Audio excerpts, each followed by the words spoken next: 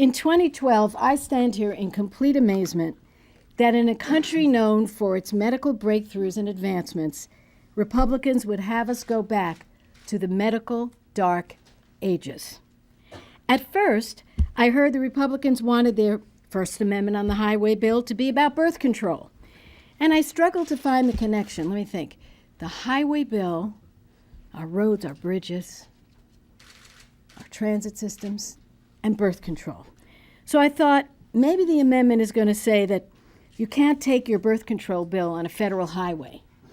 And then I thought maybe it means that highway patrol officers can search for birth control pills when they make a stop on a motorist.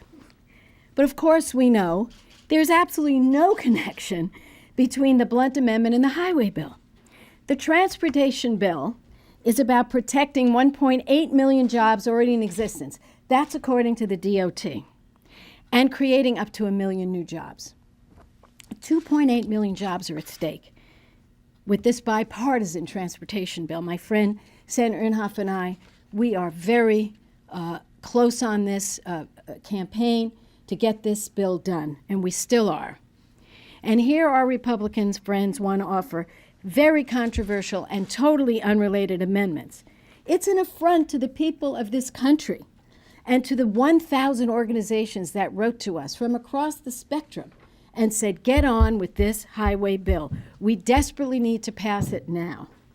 Let's be very clear. I'm going to add to what Senator Murray so eloquently described. Let's talk about what this Blunt Amendment does. It would allow anyone to deny any health care service for any reason, even the most essential life-saving service. You don't have to be a religiously affiliated institution. You don't even need to have a religious objection. No matter how important or life-saving the healthcare service is, if it is against your moral conviction, not just your religious conviction, your moral conviction, you don't have to offer that service, period, or that coverage, period.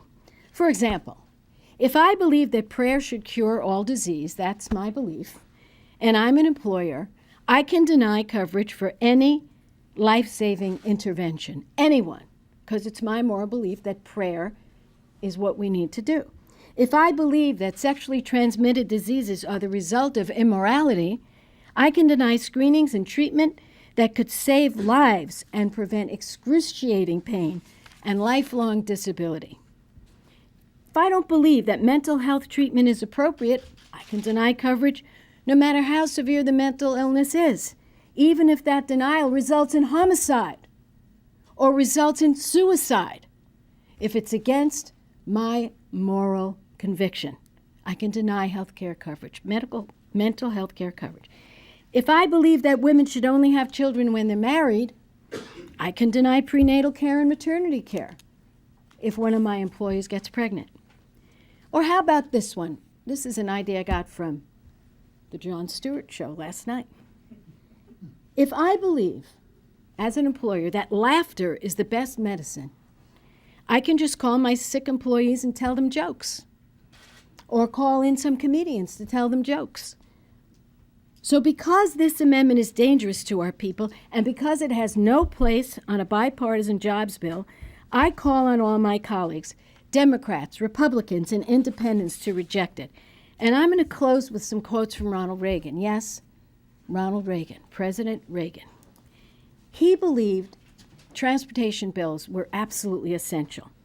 And he spoke both in 1982 and 83. And this is what he said. The state of our transportation system affects our commerce, our economy, and our future. And he said clearly this program is an investment in tomorrow that we must make today. So we say to our Republican friends, stop blocking this bill with these unrelated amendments. Why don't you listen to President Reagan and pass this bill today?